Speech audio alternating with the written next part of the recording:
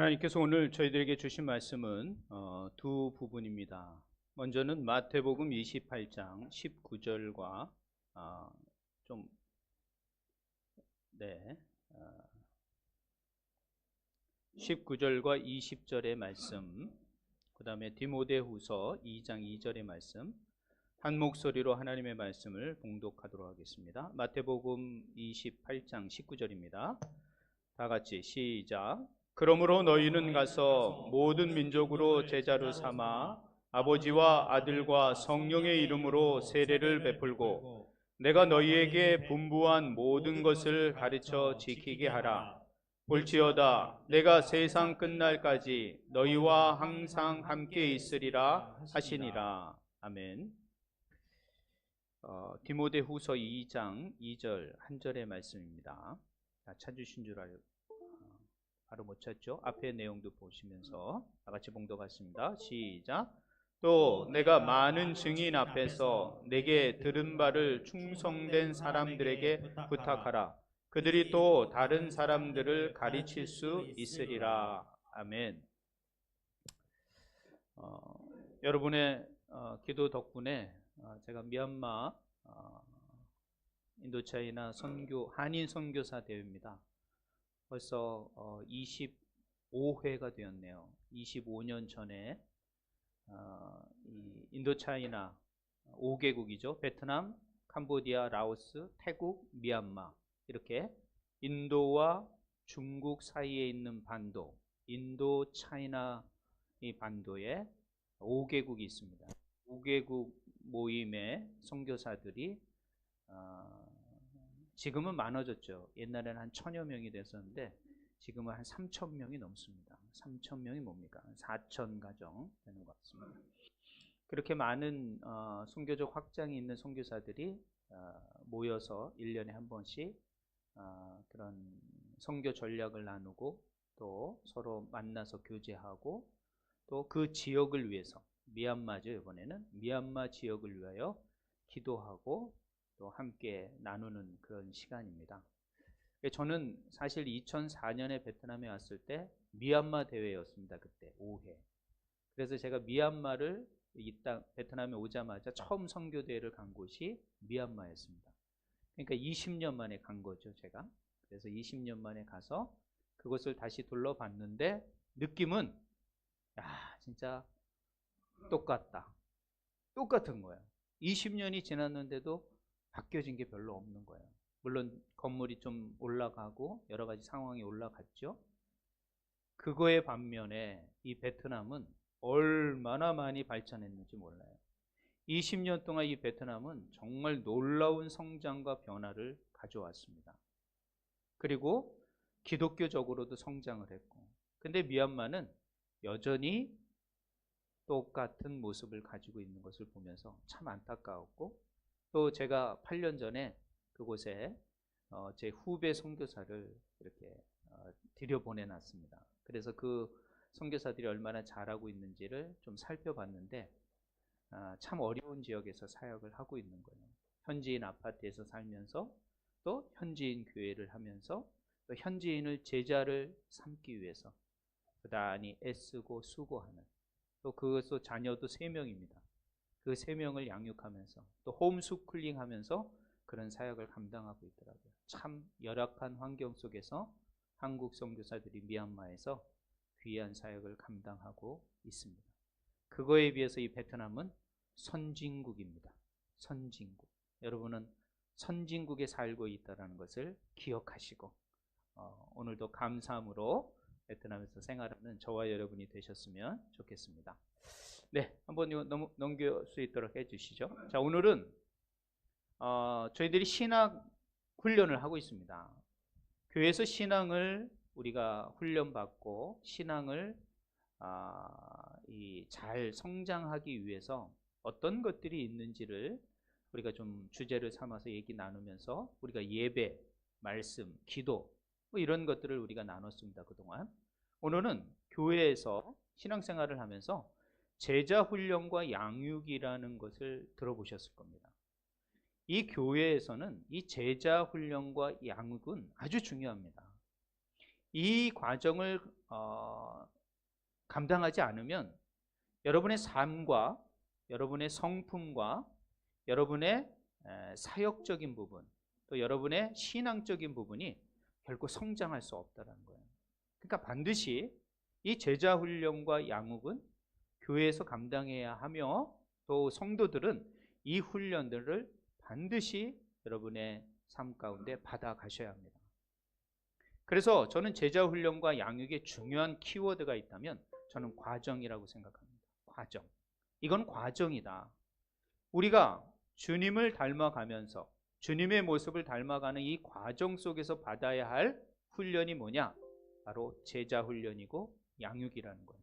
그러나 이것은 과정이면서도 지속적으로 이루어져야 된다는 거예요. 어떤 한 번의 과정을 마친다고 내가 어떤 제자가 되거나 또 신앙의 성숙과 변화를 가져오는 게 아니에요. 그렇기 때문에 반드시 이것은 지속적인 훈련과 양육이 필요한 것이죠. 그렇기 때문에 여러분은 삶을 통하여 이런 제자 훈련과 양육의 과정들을 지속적으로 받아가셔야 돼요. 그래서 이것은 제자 훈련과 양육은 과정이다 라는 생각을 기억하시면서 우리가 이 훈련들을 받아가야 합니다. 오늘 본문은 두 본문을 제가 좀 가지고 설명을 드릴까 합니다. 먼저 마태복음 28장 19절 20절은 여러분이 너무 잘 알고 있어요. 예수님의 마지막 Great Commission, 가장 큰 명령이에요. 이 가장 큰 명령이 어떤 거냐? 나가서 선교해라. 이런 걸로 많은 사람들이 이해를 합니다, 이 본문을. 그러나 저는 이 본문은 그런 의미만 있는 게 아니에요. 이 본문에는 너희들이 가서 가르치고 지키게 하라. 이 가르치라는 것, 그 다음에 지키게 하라는 것, 이것은 바로 제자 훈련과 양육을 말하는 거예요. 즉 모든 세상을 향하여, 모든 민족을 향하여 너희들이 제자를 만들고 가서 그들을 양육하라. 이런 명령을 마지막에 예수님이 하셨다는 거예요. 그러므로 이 제자 양육과 제자 훈련과 양육은 너무도 중요한 예수님의 뜻이며 하나님의 목적이었다는 거예요. 그렇기 때문에 여러분, 이 제자 훈련과 양육은 여러분이 반드시 받아가셔야 된다는 거예요. 그리고 바울이 그의 영적인 아들 디모데에게 마지막 바울이 쓴 편지가 디모데후서입니다. 유언과 같은 서신서죠. 이 서신서에서 바울은 디모데에게 이렇게 말합니다. 내가 많은 증인 앞에서 내게 들은 바를 충성된 사람에게 부탁하라. 이 부탁하라는 건 뭐예요? 가르치라는 거예요. 계속적으로 이 사람들을 가르쳐서 또 그들이 또 다른 사람들 또 계속적으로 양육하고 가르칠 수 있으리라, 이렇게 말하는 거예요. 그러니까 제자를 삼아서 그들을 훈련하고 양육해라. 이것이 바로 바울이 디모데에게 마지막으로 유언과 같이 한 말이 뭐냐? 제자를 훈련하고 그들을 양육하라, 이렇게 말을 했던 거예요. 이것처럼 예수님과 바울, 얼마나 중요한 분들입니까? 이분들이 마지막으로 유언과 같이 말씀하신 게 바로 제자 훈련과 양육이라는 거예요. 그렇기 때문에 우리는 그분의 제자가 됐다면, 그분의 제자가 되려면 반드시 우리는 제자 훈련을 받아야 하며 양육을 받아야 되는 것입니다. 이것들이 그만큼 중요하다는 것을 여러분이 기억하셔야 됩니다. 그러므로 제자 훈련과 양육을 이렇게 정리할 수 있지만, 아까도 말했지만 과정이다. 결과가 아니라는 거예요. 무엇을 수료하고 무엇을 받았으니 난 이제 제자야, 아니라는 거예요. 계속적으로 이 훈련과 양육을 받아가는 과정이다라는 것을 여러분 꼭 기억하셔야 합니다. 그러므로 이 제자 훈련과 양육은 참 중요합니다. 저는 세 가지로 중요하다는 것을 좀 말하고 싶은데요. 먼저 성숙한 신앙 공동체를 이룰 수 있습니다.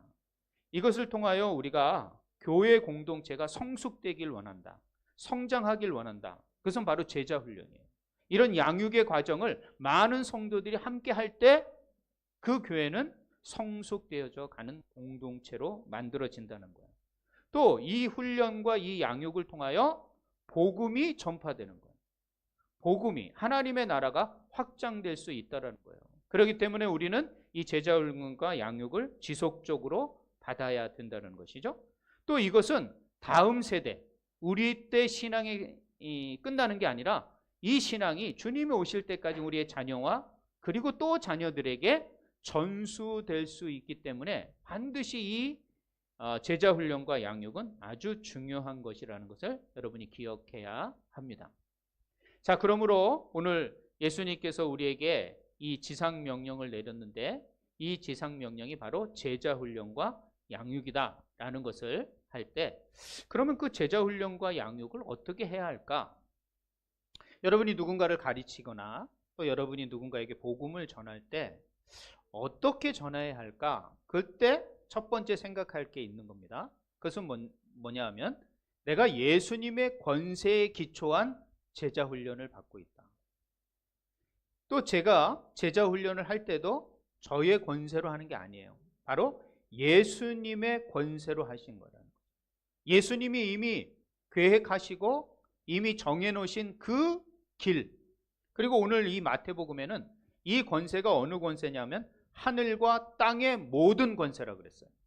즉 예수님이 주신 권세, 그 권세 앞에, 즉 예수님이 절대적인 권세를 가진 자라는 것을 의지하고 그 권세를 의지하여 제자훈련에 임해야 된다는 거예요. 복음을 전해야 된다는 거예요. 그럴 때 주님의 그 권세가, 능력이 그 복음에 실려 전달되며 그 복음을 받아들이며 훈련받는 자에게 예수님의 권세가 임하게 되는 거예요. 그러므로 말미암아 주님의 복음을 전하게 되는 것이죠. 근데 이 본문은 명령으로 되어 있습니다. 명령. 여러분 군대 다녀오셨지만 이 군대에서 어떤 명령이 주어졌다. 이것은 절대적인 복종을 말하는 것이죠. 군대에서 명령을 복종하지 않는다. 그러면 그거는 사형과 같고 벌을 받을 수밖에 없는 거예요. 그렇기 때문에 반드시 이 명령은 해도 되고 안 해야 되는 선택의 문제가 아니라 필수의 문제. 반드시 해야 되는 과정이라는 것을 말씀하는 거예요.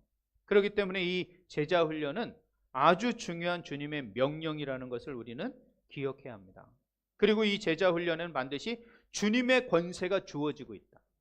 가르치는 자도 주님의 권세로 가르쳐야 되고 그 제자훈련을 받는 자도 주님의 권세가 나한테 임하고 또 이 권세를 가지고 또 다른 충성된 자에게, 바울이 디모데에게 말한 것처럼 또 다른 자에게 복음을 전하고 가르치는 자로서의 그 권위가 어디 나오냐? 바로 예수님의 권세에서 나온다는 걸 기억하셔야 돼요. 그래서 주님께서는 세상을 향하여 가는 모든 제자들에게 내가 하늘과 땅의 모든 권세를 너희에게 주노니 라고 18절에 말씀하고 계시다는 거죠. 그러므로 제자훈련을 하거나 제자훈련을 받을 때는 이 예수님의 권세로 우리가 가르치고 훈련을 받고 있다는 것을 또 명심해야 할 것입니다. 자, 그러면 훈련의 목표가 뭘까요? 명령이 주어져서 제자훈련과 양육을 해야 되는데 이 목표가 어디냐면 예수님은 이 본문에서 분명한 목표를 말씀해 주셨어요. 모든 민족을 제자 삼으라. 너네 가족만, 너네 민족만, 우리들만 아니라는 거예요.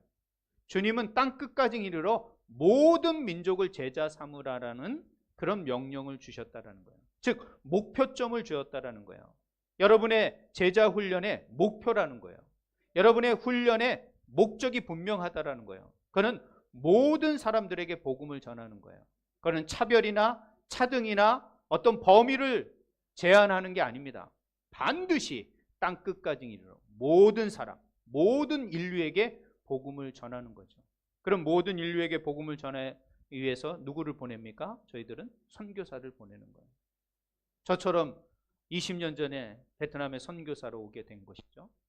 그러나 이거는 자발적인 선교사입니다. 그러나 비자발적인 선교사가 있어요. 가고 싶지 않은데 내 상황과 환경과 여건에 의해서 이 땅에 오신 분들이 있다는 거예요. 그것이 바로 여러분들입니다. 비자발적으로 온 거예요. 물론 자기가 원해서 계획해서 오신 분도 있지만 거의 대부분이 직장에 의해서 어떤 삶의 흐름을 위해서 이 땅에 오시는 분이 많아요. 그것들을 무엇이라 말하면 비자발적인 이동이다라고 말해요. 거기서 또 선교 사역을 하고 주님의 제자 훈련과 또 복음을 전하는 일을 하는 사람을 우리는 비자발적 선교사라고 말할 수 있다라는 거예요. 그렇기 때문에 우리 믿는 모든 사람은 어떻게 해요? 여기에 온 이상 자발적으로 오든 비자발적으로 오든 우리는 이 땅에 하나님이 보내신 하나님의 백성으로서 하나님의 그 목표점인 모든 인류에게 복음을 전하는 이 제자를 삼는 일에 우리의 삶의 방향이 되어야 되는 거예요. 그래서 사실 우리 모두는 삶의 방향이 같은 것입니다. 좀 더 그 삶을 아주 분명하고 선명하게 방향을 잡기 위해서 우리가 모여서 함께 예배드리고 함께 말씀을 나누고 함께 계획을 잡고 함께 비전을 세워서 나가게 되는 것이죠. 어떻게 보면 다른 모든 사람들도 주님의 방향으로 가고 있지만 우리는 더욱 더 아름다운 관계로 주님의 목표를 이루어가는 그런 사람들일 수 있다는 것이죠. 그러므로 이 훈련의 목표점은 분명하다. 그것은 모든 민족으로 복음을 삼는 것이다. 자, 그러면 가서 예수님은 어떻게 하라 그랬습니까? 가르치라. 그리고 지키게 하라. 여러분, 가르치는 사람이 그렇게 살지 않는데 가르친다. 거긴 능력이 나타날 수 없다라는 거예요. 이 가르치라, 지키라 하는 말에는 실천의 의미가 있는 거예요. 자기가 직접 그것을 먼저 해야 되는 거예요. 그렇게 살아가야 된다라는 거예요. 자기가 먼저 삶을 살아가지도 않으면서 다른 사람에게 이렇게 살아라, 또 이렇게 해라고 훈련하고 가르칠 수 없다라는 거예요. 그리고 그것을 지키게 한다라는 것은 자기도 그런 삶을 살 때 그 제자들이 따라오게 되는 것이죠. 예수님도 제자 훈련을 어떻게 했습니까? 3년 동안 동고동락했어요. 같이 먹고 같이 주무셨고 같이 걸었으며 같이 그 과정들을 밟으셨다는 거예요. 그 가운데 가르치셨고 그 가운데 동행하셨다는 거예요. 이것이 바로 제자 훈련이라는 것이죠. 그렇기 때문에 예수님은 이 제자 훈련에 모든 민족에게 이 복음을 전할 때 너희들은 가르치고 지키게 하라. 즉 먼저 그런 실천과 가르침을 통합하는, 그렇게 지키게 하는 명령을 같이 내리고 있다는 거예요. 그렇기 때문에 여러분, 이 제자 훈련과 양육은 반드시 실천이 필요합니다. 실천. 여러분, 훈련하면 군사 훈련하는데 그냥 내무반에 앉아가지고 교육만 받는 훈련이 어디 있습니까? 군대에서 나가서 총검술 해야 되고요, 사격도 해야 되고요, 전술도 따라다녀야 되고요, 할 게 너무 많습니다. 그러니까 군대에서는 훈련해야 되는 거예요. 그런 것처럼 반드시 우리의 제자 훈련과 양육에는 반드시 삶의 현장에서 실천하는 것이 꼭 필요하다. 이것이 없으면 결코 온전한 제자 양육이 될 수 없어요. 사실 한국교회 지금 왜 이렇게 어려움을 겪었습니까? 한국교회처럼 제자 훈련, 성경 공부 많은 데가 없습니다. 정말 많습니다. 과정도 많고. 그런데 왜 이렇게 능력이 없고 이 어려울 때 이렇게 넘어지고 힘겨워하느냐? 바로 훈련받지 않아서, 실천하지 않아서 그래요. 나가서 현장에서 복음을 전하며 부딪히며 삶으로 그것을 이겨내지 못하는 훈련을 안 했기 때문에요. 교육은 열심히 해요. 교회 안에서 그냥 얼마나 많은 훈련을 받는지 몰라요. 그러나 교회 안에서뿐만요, 삶의 현장 속에서 그것을 살아내고 버텨내고 이겨내는 삶의 훈련이 없었던 거예요. 교육만 있고 훈련이 없는 거예요. 그래가지고 우리 한국 교회 성도들이 이런 야성이나 이런 열정들이 없는 거예요. 뜨거움은 있는 것 같은데 나타나는 게 없어. 표현하는 게 없는 거예요. 훈련이 안 돼서 그러는 거예요. 몰라서가 아니라 훈련이 안 돼서. 그래서 여러분, 우리 교회는 좀 훈련을 해야 될 것 같아요. 훈련을 막 따라하고 막 가르쳐주고 그래야 될 것 같아요. 알아서 하려니까 뭘 모르는데요 그러는 거야. 배우긴 배우고 듣는 건 있는 것 같은데 안 되는 것 같아요. 우리 한국교회나 우리의 모습이 훈련이 필요하다는 것을 여러분 기억하셔야 돼요. 그러므로 어떤 적용을 해야 되느냐? 이 마태복음의 말씀은 예수님의 권세를 인정하고 하늘과 땅의 모든 권세로 가르치며 또 그 권세가 나에게 주어지며 그 권세를 받은 자로서 나아가서 복음을 전파하며 그것을 말씀을 실천하는 자가 되라고 주님은 이 말씀을 통하여 우리에게 제자 훈련과 양육에 대해서 말씀을 하십니다. 자, 디모데후서 2장 2절은 어떤 것일까요? 바울의 제자 훈련과 양육입니다. 이 디모데에게 제자 훈련의 양육의 과정을 맡기면서 디모데에게 개인뿐만 아니라 충성된 사람들에게 말씀을 전수하라고 전합니다. 충성된 자. 저는 여기서 충성된 자가 아주 중요하다라고 생각을 하는데, 먼저 복음을 가르치는 이 전수하는 사명을 가질 때 충성된 사람을 만들어라. 충성된 사람을 만들고 그 충성된 사람을 통하여 제자 훈련을 하게 하고 또 다른 사람들에게 전수하게 하라. 이렇게 말을 하고 있어요.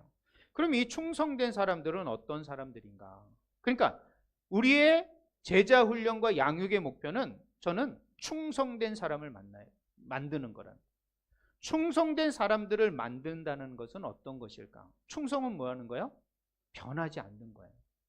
정말 좌로나 우로나 치우치지 않고 변함없이 그 일에 순종하고 그 자리에 있는 사람을 말을 하고 있는 것이죠.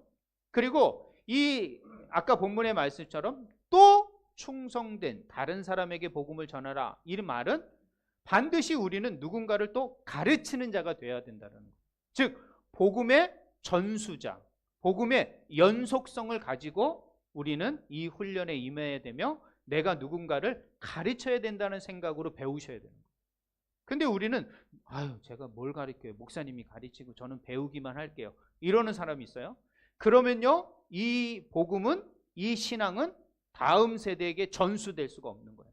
누군가에게 가르치지 않으면 배울 수가 없는 거예요. 여러분 회사에서도 그러잖아요. 업무를 딱 하면 이제 후임자가 딱 들어와. 신입사원이 딱 들어와. 신입사원이 들어오면 어떻게 해요? 선배들이 너 이렇게 하는 거야. 가르쳐 주지. 알아서 해봐. 이건 뭐예요? 너는 그냥 알아서 해. 이건 뭐예요? 너 나가라라는 말과 똑같은 거예요. 그 회사가 잘 될 수 없다라는 거예요. 그렇기 때문에 신입사원이 오면 선배가 그것을 잘 가르쳐주고 안내하고 이렇게 해줘야 되는 거예요. 이것처럼 이 복음의 연속성을 가지고 우리는 제자 훈련과 양육을 계속 받아야 하며 또 받은 자로서는 반드시 그것을 감당해 줘야 된다는 걸 말해요. 그런 다음에 우리가 충성된 사람은 어떤 사람일까? 저는 뭐 이걸 좀 얘기를 하고 싶은데 헌신으로 성장하는 사람을 말하는 거예요. 충성된 사람은 사실 헌신하셔야 돼요. 헌신하지 않으면 사실 성장하기가 어렵습니다. 그렇기 때문에 이 사도 바울이 말하는 이 충성은 이런 것이 아니겠는가 저는 생각을 해보며 이 디모데후서 2장 2절의 교훈은 신실한 자의 이 충성된 자에게 복음을 전수해라. 그리고 연속성 있는 제자 훈련을 해야 된다. 그래서 반드시 제자 훈련을 받은 사람은 누군가를 제자 훈련을 하는 그런 헌신된 자로 우리가 살아가야 됩니다. 그러면 이 사람들은 과연 어떤 사람일까? 제가 좀 세 가지를 생각해 봤어요. 첫 번째는 작은 일상의 것서부터 최선을 다하는 사람이에요. 작은 일상의 것. 여러분, 우리 일상에서 작은 일들이 많아요. 예수님은 그렇게 말씀하셨죠. 작은 일을 맡은 자가 거기서 신실하게 하면 큰 것을 맡기겠다라고 말합니다. 그리고 예수님의 칭찬을 보면 이런 말씀이 있어요. 작은 자여, 너가 작은 일에 충성하였으니 내가 큰 것을 맡기겠다. 잘하였도다. 착하고 충성된 종아. 이렇게 말하는 거예요. 예수님의 칭찬에는 반드시 충성된 자가 있습니다. 근데 우리는 자꾸 큰 일을 해야지 충성하는 자라고 생각해요. 그러지 않습니다. 성경은 아주 작은 일상의 것서부터 최선을 다하는 사람, 이것이 바로 충성된 사람이라는 것이에요. 그래서 하나님도 여러분에게 처음부터 큰 걸 맡기지 않습니다. 작은 거 맡깁니다. 그래야만이 큰 걸 할 수가 있죠. 두 번째는 진리를 끝까지 지키고 용기 있게 전하는 태도라고 봐요. 무슨 많이 알아서 복음을 전한다? 그러지 않아요. 많이 알아서 내가 잘 지킨다? 그러지 않아요. 그것은 태도에 달려 있다고 생각해요. 그 태도가 용기가 있어야 되는 거예요. 그 태도가 변하지 않는 것, 그것이 바로 저는 용기라고 생각합니다. 용기는요, 어떤 일이 있어도 그것을 맞닥뜨리고 그것을 두려워하지 않고 그것을 대면하는 거예요. 그런데 용기 없는 자는 그것을 피하죠. 다도 태도의 문제라고 저는 생각을 해요. 그렇기 때문에 여러분, 진리를 끝까지 지키는 용기 있는 태도가 저는 충성된 자의 두 번째 모습이라고 생각을 합니다. 세 번째로는 온유하고 겸손하게 남을 도우세요. 그런 성품이 필요합니다. 누군가를 돕는 그런 성품이 필요한 거예요. 자기만을 주장하고 자기만을 위해서 살아가는 사람, 그 사람은 겸손하지 않습니다. 그 마음으로 결코 충성된 자로 살아갈 수 없어요. 누군가를 가르칠 수도 없고 누군가에게 또 훈련도 못 받습니다. 왜? 자기 것을 얻는 일에만 집중하고 있으니까 말이죠. 그렇기 때문에 충성된 자는 남을 돕는 성품을 가진 자다라고 말하는 거예요. 그러니까 세 가지죠. 작은 일상에서부터 그것을 실천하는 사람, 최선을 다하는 사람. 정리했지 뭐. 작고 일상적에서부터 최선을 다하는 사람. 두 번째, 용기 있게 전하는 태도. 그리고 온유하고 겸손하게 남을 돕는 성품. 이것이 지금 바울이 디모데에게 강조하고 있는 거라는 거예요. 그럼 이런 예수님의 제자 훈련과 양육, 바울의 제자 훈련과 양육을 우리가 교회 안에서 훈련받고 이루기 위해서 우리가 무엇을 해야 할까? 제가 네 가지만 얘기하겠습니다. 먼저, 다른 방법이 없어요. 이것은 오랜 훈련을 받고 양육을 받았던 사람들의 결론과 같은 거예요. 첫 번째는 성경을 읽으셔야 돼요. 성경을 읽지 않고서는, 이 텍스트를, 이 베이스를 먼저 읽지 않고서는 여러분들이 아무리 제자 훈련과 양육을 하더라도 성장을 가질 수가 없는 거예요. 즉, 그 근원에 그 뿌리를 내리고 거기서 물을 공급받아야 되는 거예요. 그래야지 여러분의 인생 속에서도 갈급하지 않아요. 그리고 맑은 물을 먹어야 사람이 일단 건강합니다. 제가 미얀마 갔는데요, 물이 안 좋더라고. 진짜 수도가 없어 보이. 우물을 파서 먹는 거야. 그러니까 그 우물에 옆에는 막 똥물, 시궁창들이 다 그 지하수로 들어갈 텐데 그 물을 먹고 있으니 사람들이 병이 안 나겠냐고. 그러니까 물 자체가 나쁜 거예요.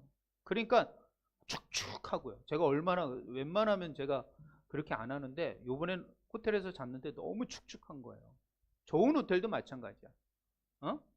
아주 축축하게 젖어 있는 그런 어둠의 그런 어떤 짙음이 내려앉아 있는 그런 느낌을 받았어요.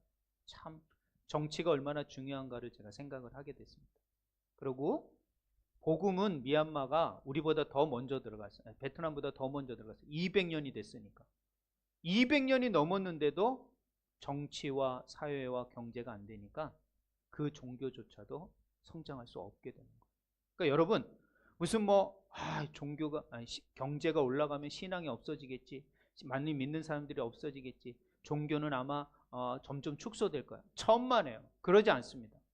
반드시 경제와 정치의 안정과 성장은 곧 종교의 또 신앙의 성장과도 맞물려 있다는 걸 기억하셔야 돼요. 제가 미얀마 가서 그걸 발견한 거예요.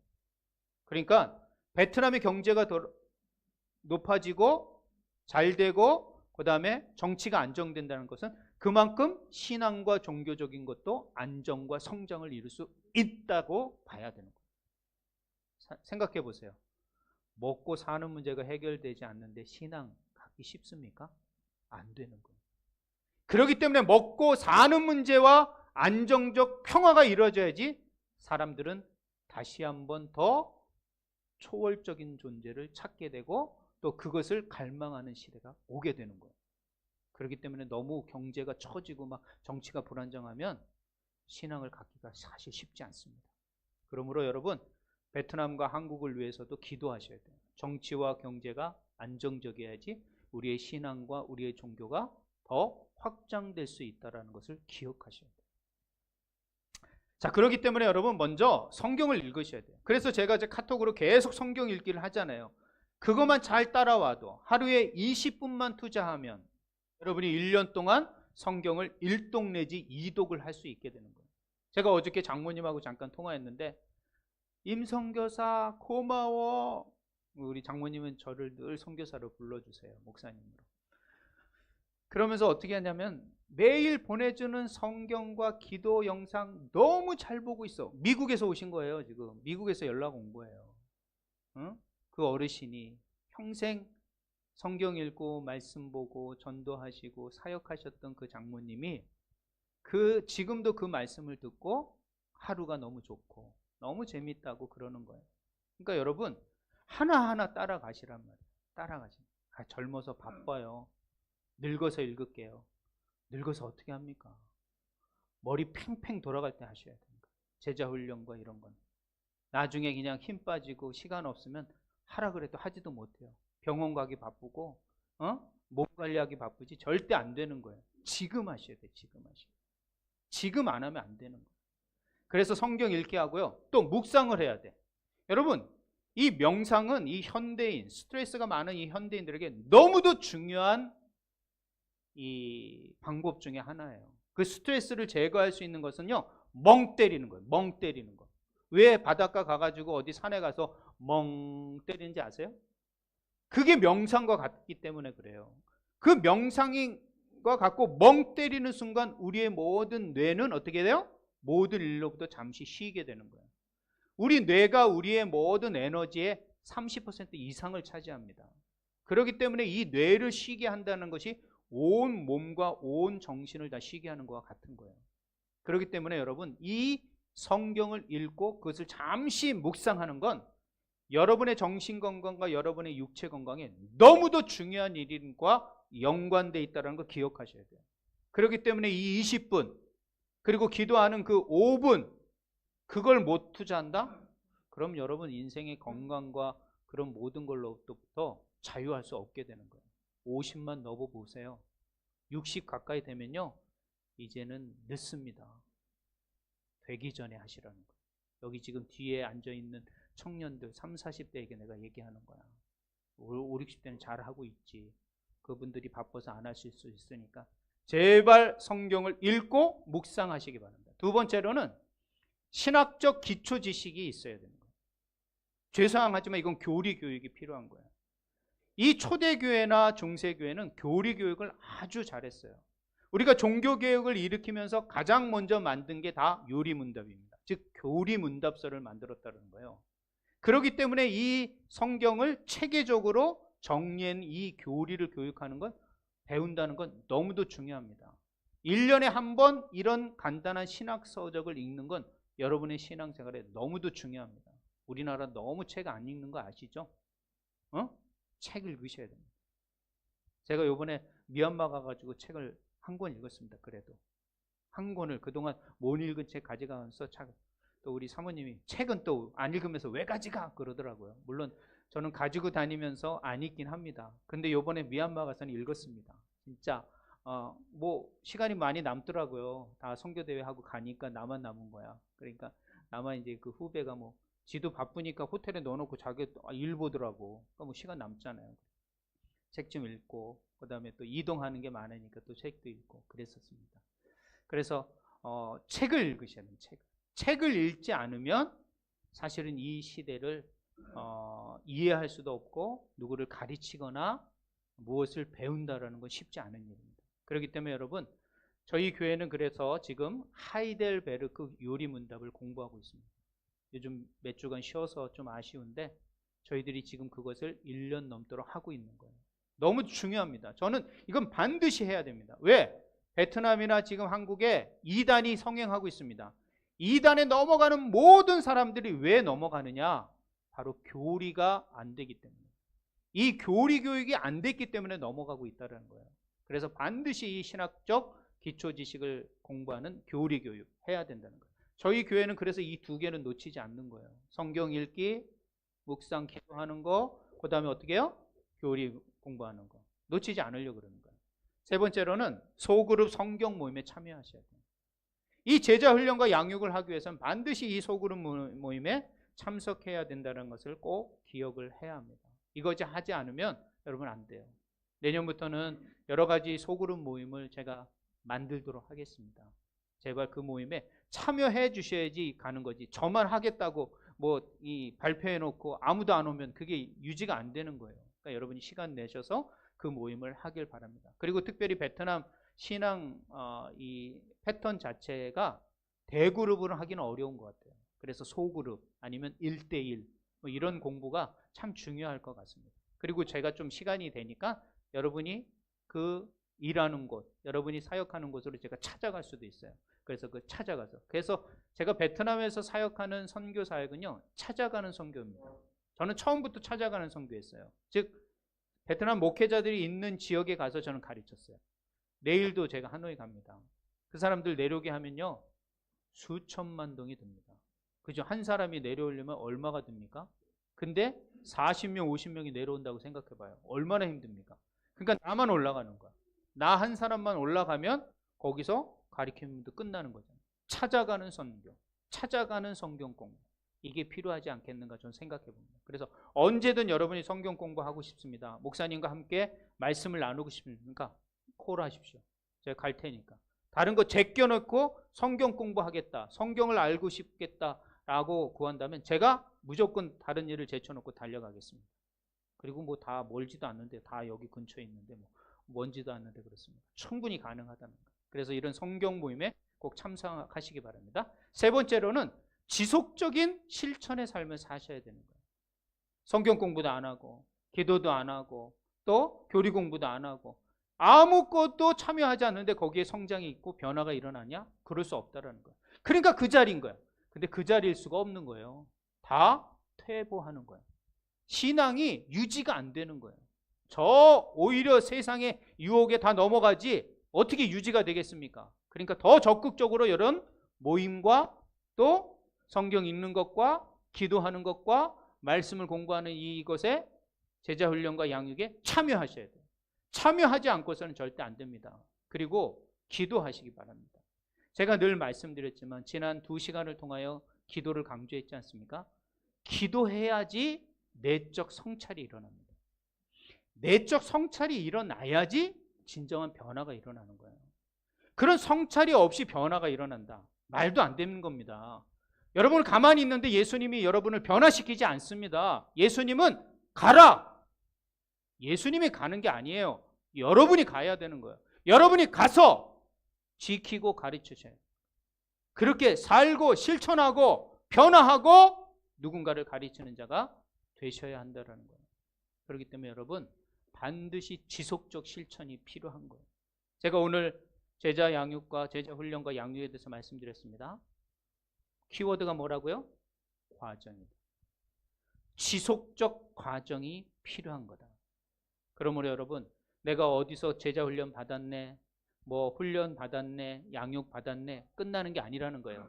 지속적인 과정으로 이 훈련과 양육을 계속 받아가야 하며 그리고 부족하고 연약할 때마다 기도하시고 말씀을 보면서 작은 일에 최선을 다하고 용기 있는 태도와 남을 돕는 성품을 가진 자로서 정말 충성된 자로 세워졌을 때 또 다른 사람에게 그 충성된 자를 만들어낼 수 있다는 거예요. 그게 바로 제자 훈련과 양육이라는 것을 기억하고 여러분이 먼저 그 제자 훈련과 양육에 적극적으로 지속적으로 참여해 주시고 또 성장하면서 다음 세대까지 주님이 오시는 날까지 이 복음이 나로 멈춰지지 않고 계속될 수 있도록 여러분이 먼저 충성된 자로 제자 훈련과 양육에 임하는 우리 모든 주안의 성도들이 되시는 주님 이름으로 부탁드립니다. 기도하시겠습니다. 하나님 감사합니다. 오늘도 우리가 신앙을 해가면서 우리에게 필요한 제자 훈련과 양육에 대해서 생각해 보았습니다. 하나님 오늘 주님은 우리에게 가르쳐 지키게 하라. 그리고 모든 민족을 향하여 가라고 말씀하신 주님.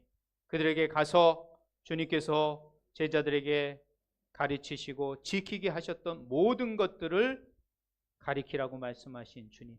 우리가 먼저 주님 앞에 제자로서 제자 훈련과 양육에 임하는 자들이 되게 하시옵소서. 이것은 어느 한 과정을 마무리한다고 맞춰지는 것이 아니라 우리 인생의 끝까지 지속적인 과정을 통하여 이 성장과 양육을 받아가야 될 줄 믿습니다. 그리고 주님 앞에 충성된 자로 서게 하여 주시옵소서. 그리고 또 다른 충성된 자를 만들어낼 수 있는 그런 주님 앞에 제자의 삶을 살아가는 우리 모든 주의 성도들이 될 수 있도록 하나님 함께하여 주시고, 일주일 동안도 하나님의 말씀을 묵상하며 하나님 앞에 기도하며 성찰하며 또 하나님의 말씀으로 무장하여 살아갈 수 있는 한 주간이 되게 하여 주시옵고, 또 하나님, 우리가 작은 일상 속에서 최선을 다하게 하시고 진리를 끝까지 지키는 용기 있는 태도로서 남에게 온유하고 겸손하게 섬기는 성품으로 살아낼 수 있는 그런 한 주간이 될 수 있도록 인도하여 주시옵소서. 함께하여 주심을 감사드리오며 예수님의 이름으로 기도했습니다. 아멘. 찬송가 450장을 부르시면서 준비하신 예물 하나님 앞에 올려드리겠습니다.